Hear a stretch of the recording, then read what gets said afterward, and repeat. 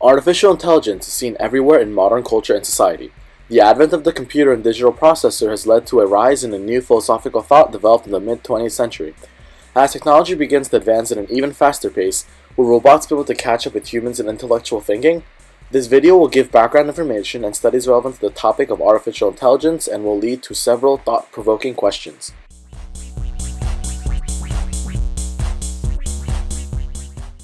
Although the ideas of artificial intelligence really started developing in the 1940s, it wasn't until 1955 that the term artificial intelligence was coined by John McCarthy at the Dartmouth Conference. The Dartmouth Conference was an event that gathered many of the well-known scientists involved with the idea of artificial intelligence at the time in order to investigate and research more about the topic as a group. The conference was organized by John McCarthy, Marvin Minsky, Oliver Selfridge, Ray Solomonoff, and Trenchard Moore, and attended by numerous respected scientists such as Arthur Samuel, Harbor A. Simon, and Alan Newell. This conference is commonly seen as the birth of artificial intelligence and was the source of many of the upcoming discoveries related to it. The following is an introductory statement of the formal proposal of the Dartmouth Conference. We propose that a 2-month, 10-man study of artificial intelligence be carried out during the summer of 1956 at Dartmouth College in Hanover, New Hampshire. An attempt will be made to find how to make machines use language, form abstracts and concepts, solve kinds of problems now reserved for humans, and improve themselves. We think that a significant advance can be made in one or more of these problems if a carefully selected group of scientists work on it together for a summer.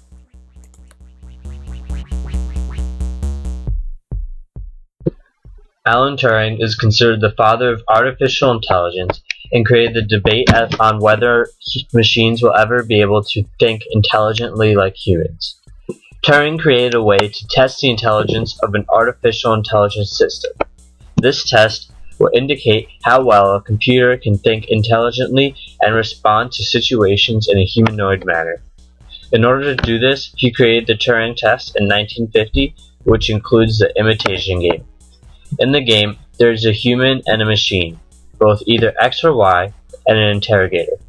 One must convince the interrogator that the other is the machine, and the other person must convince the interrogator who the machine is. For example, person X must convince the interrogator that person Y is machine, while person Y must tell the interrogator who the machine actually is. The interrogator does not know the role of person X or Y, and therefore, if the computer can convince the interrogator that the other person is machine, the computer passes the test. This test showed how well a machine can think and respond relative to human behavior. After publishing this hypothesis, Turing expected machines to have a 70% chance of convincing the interrogator within 5 minutes of questioning by the year 2000.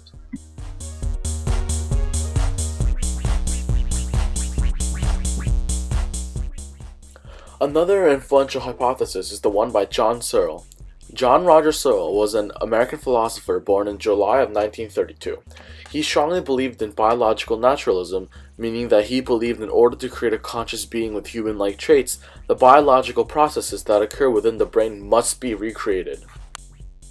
John Searle presented the Chinese room hypothesis to counter the idea that AIs can think and understand by itself. Let's say there's an isolated room with slits on two opposite ends of the room. You walk into the isolated room with slips of paper, pencil, and a Chinese-English dictionary. On one slit of the room, you're handed a slip of paper with a Chinese word to translate. You scroll to the dictionary to find the Chinese word and write down the corresponding English word. You get the slip of paper with the translated word and you send the slip through the slit in the other end of the room. This hypothesis shows how a computer could potentially pass the previously mentioned Turing test without actually understanding or experiencing any human emotion, ethic, or reasoning.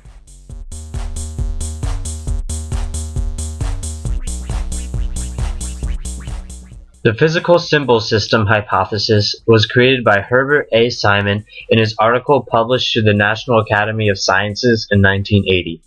The physical symbol system takes physical patterns as symbols, then combines the symbols into expressions and manipulates the expressions using processes to create new expressions. In describing the physical symbol system, Simon wrote, "A physical symbol system has the necessary and sufficient means for general intelligent action. If a computer is able to solve problems that humans find difficult using this system, then it is considered intelligent by default. If the hypothesis is correct, then if a computer can be intelligent in one domain, it is only lacking in other domains due to failures in programming the machine, not by the limits of the machine itself. This hypothesis therefore states that it is possible to program machines to surpass humans in all fields of problem solving with the right programming. There are also two forms of thinking for machines.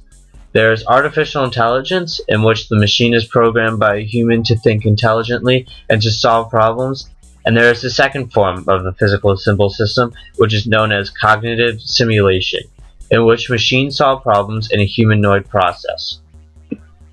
Computers do technically use many of the same processes as we humans do in order to process and solve problems. In humans, these patterns or symbols would be simple objects and ideas, such as dog, run, eat, or blue. In computers, these patterns or symbols would be in forms of zeros and ones, much like a binary system.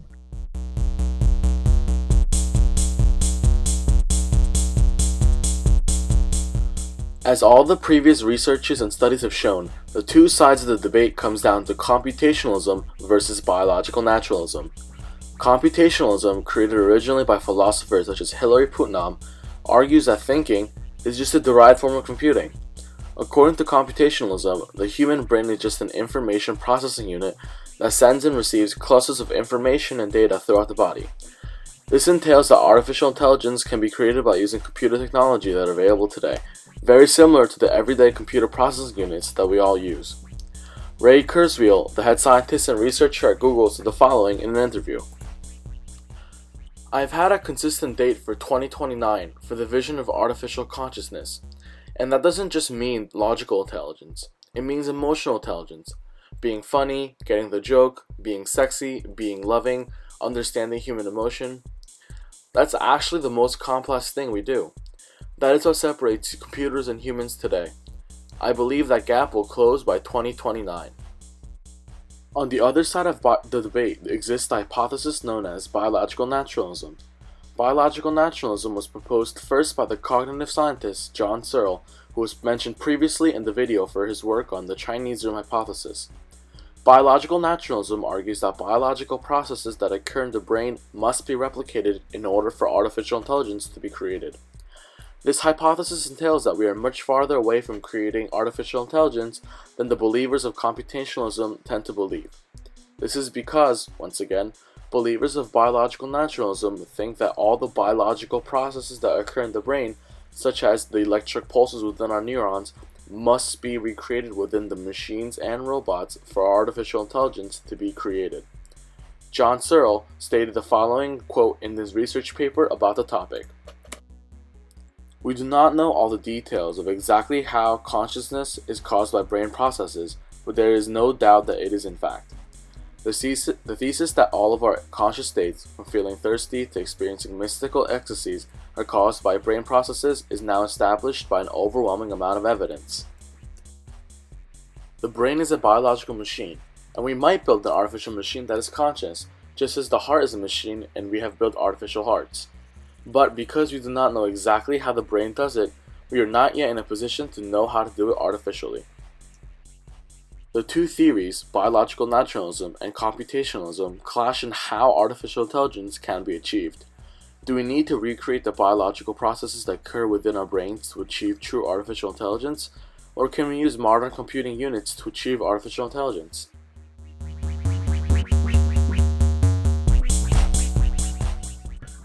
As one can see, artificial intelligence has been a controversial and growing field since Alan Turing and his contemporaries began research in the 1940s and 1950s.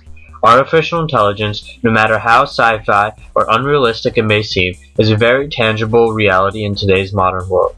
As technology continues to evolve and open up new possibilities that weren't previously possible, more questions arise concerning this newly available technology. Is it possible for artificial intelligence to experience emotions, ethics, and reasoning? Will we ever reach a point where machines or computers are able to have these human traits? Or is there a fundamental disconnect between biological intelligence and artificial intelligence that can never be overcome. These questions and more will be addressed in our presentation about the topic. Thank you for watching.